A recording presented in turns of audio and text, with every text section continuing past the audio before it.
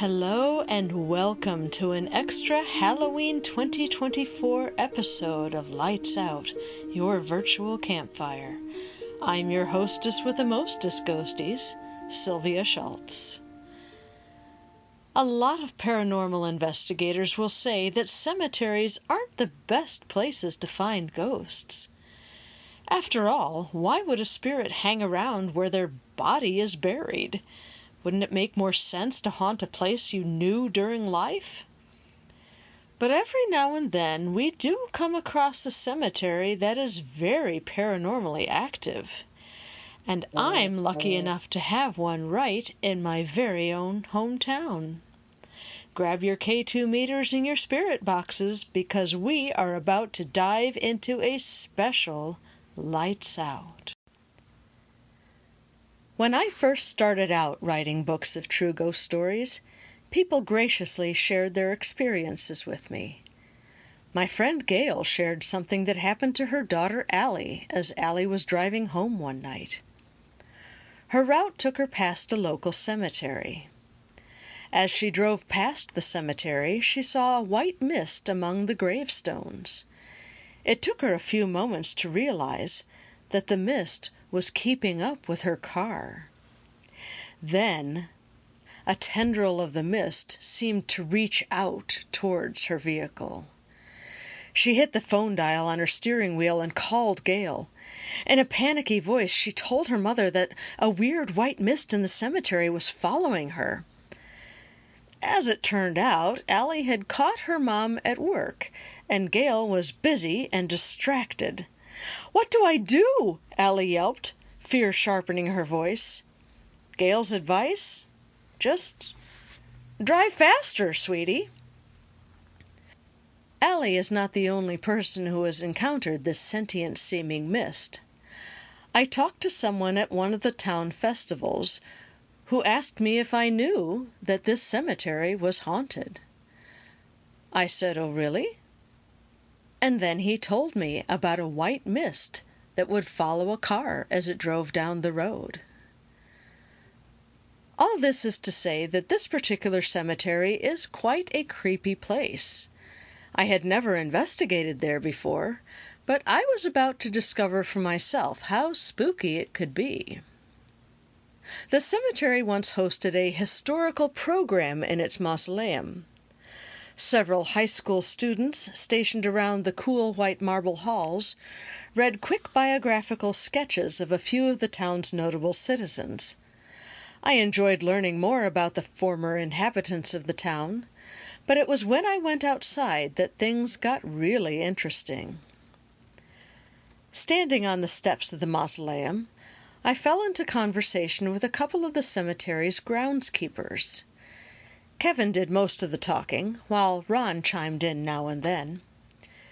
Kevin told me a few interesting cemetery stories, like the time he and Ron discovered some bones lying at the edge of the cemetery at the base of a small hill.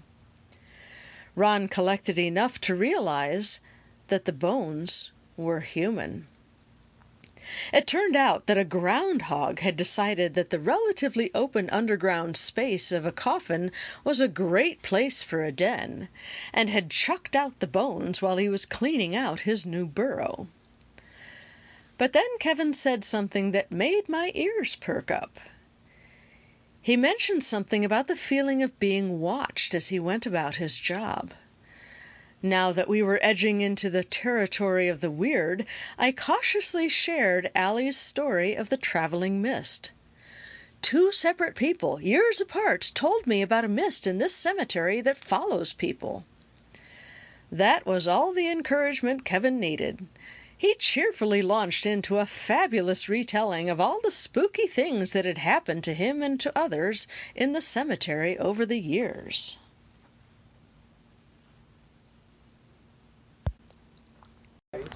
Upper piece.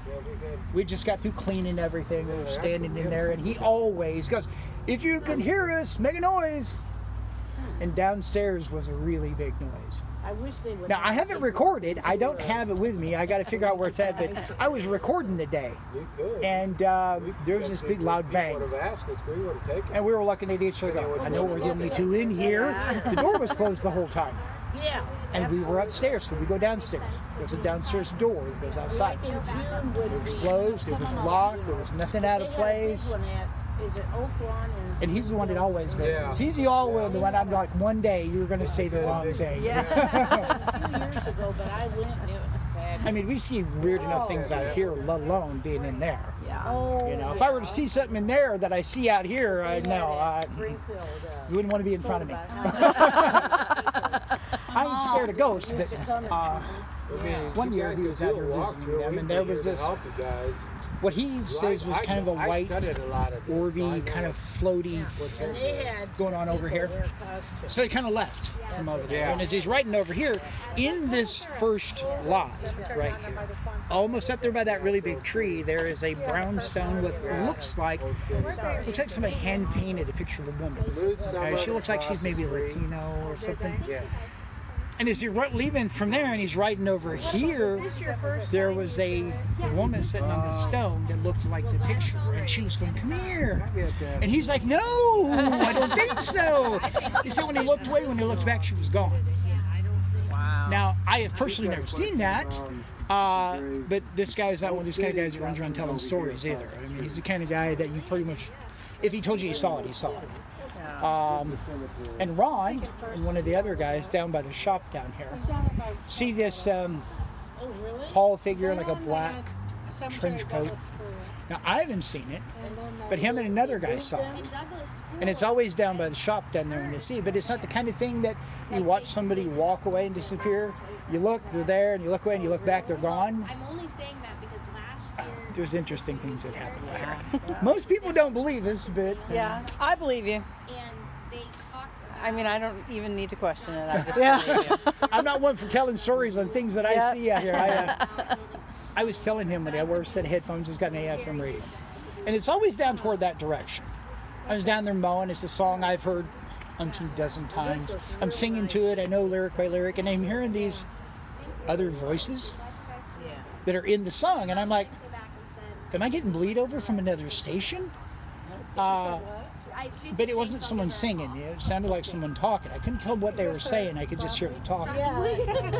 At my point, I realized that maybe someone's close enough to be yelling at me, so I'm looking around. Now, do you still live on Right. the lake? And there's nobody near me. And I just get past that little section, and then the radio just goes back to normal. okay. It's very convenient. I'm telling him about that one day. I'm sure he's like, yeah, whatever. Well, some days later, he comes driving up to me going, do you know that thing you was just telling me about? And I'm like, yeah, with the radio. He's like, yeah, it just happened to me. So, Listen to the music, all of a sudden you hear talk or voice. yeah, and you're just like, yeah. Wow. So, Oh, and tell her about the person that walked behind the tree. that one still gets me. Thanks a lot. Down there, by where I'm at, down closer to the shop, there's a tree down there. Okay, now the corner of my eye, like if you're mowing, now the corner of your eye, you see someone moving. I stop, and they come walk. I swear they walked up to the tree, but they just didn't go past the tree. And I'm mowing in that lot. I'm mowing, and I'm waiting for this person to walk past the tree. You know, I don't want to run over them, and they just don't never seem to leave the tree. They just keep staying there, and I'm creeping up on it. When I get to the tree, there's nobody there. I know they didn't walk this way because I was already looking that way. It's the way they came from. They never left the tree. And that's why I'm saying that if we do this again, these guys start the tour. Yeah. With, Heck yeah. Real life ghost stories of like what they've experienced being out here, and then they go through the history. You but want like to go just ahead and set do that. it, there's nobody in Set there. the creep- Brilliant. Thank you. Go ahead. The student speakers had gone home, and the last few folks had finished wandering through the mausoleum. Seeing that my interest had been piqued by his story, Kevin generously suggested I go into the mausoleum by myself and do a little impromptu investigating. I thought that was a grand idea, and I fired up the recorder on my phone. I am in the mausoleum and have just been speaking with Ron and Kevin.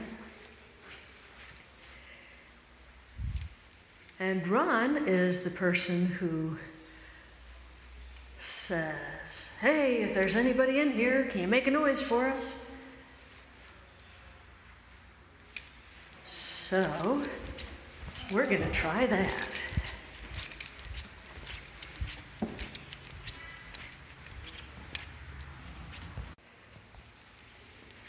All right, I have just walked down to the lower level, and just because I am going to make sure nobody else is down here.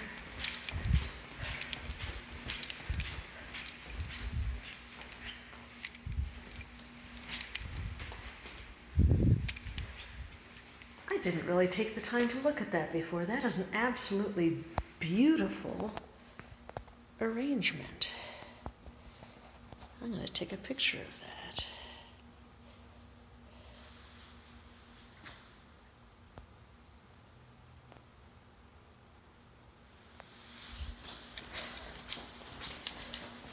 Got a couple more photographs down here.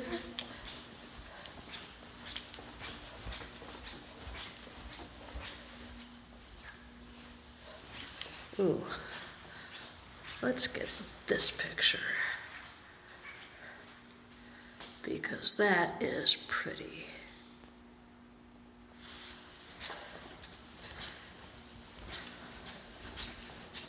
All right, clear the building. I wandered into the building. Just before I really settled into the experience, it occurred to me that I ought to make quite sure that I was the only person in the place. I'd seen a couple come up the stairs from the lower level, and they said they were the last ones down there, but I wanted to be sure. So I went down to the lower level myself. I went through one corridor, peeking into the side chapels as I went. I'd been down there earlier, but somehow I missed a beautiful flower arrangement in one of the chapels. I snapped a picture of it, then continued clearing the building.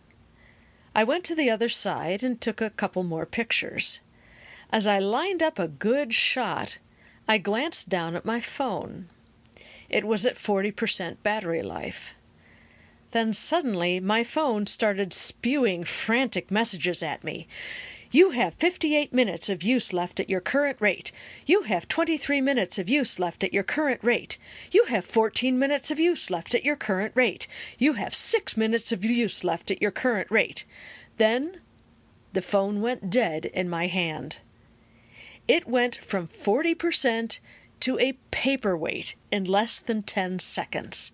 I couldn't even get it to turn on. So I came back up out of the mausoleum and told Kevin, "Welp, I guess I'm done for the day." Kevin and Ron were both intrigued by my experience, and Kevin said that I was welcome to come back the next day. I tried again, this time with a recorder, a spirit box, and a K2 meter.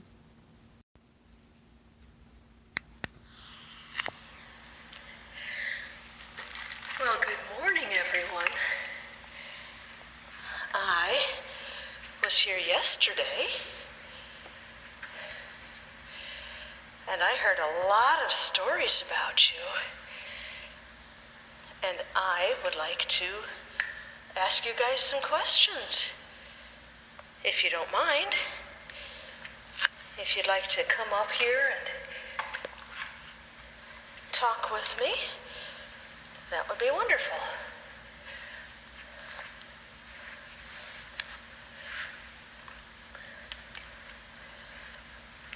I've got a little device down here that will let me know when you come near.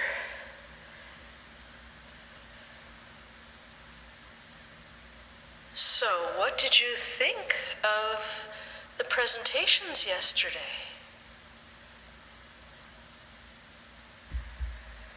Now, Ron said yesterday that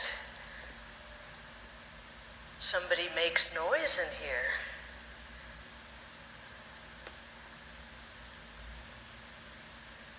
I'm here with respect. I don't want to make fun of anyone.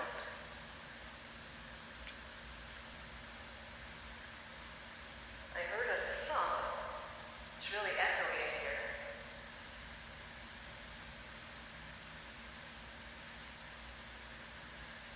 Can somebody make a nice loud bang for me like they do for Ron?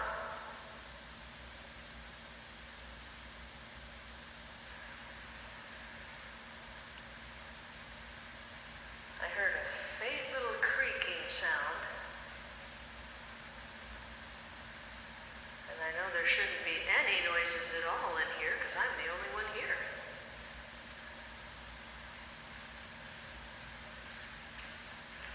All right, I have to go. Thank you very much for letting me visit with you.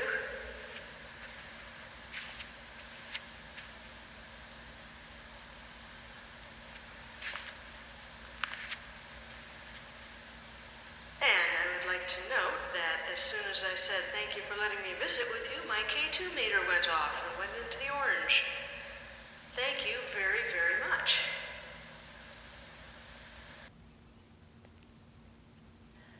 I'm so glad I was able to share these experiences with you guys, and just in time for Halloween.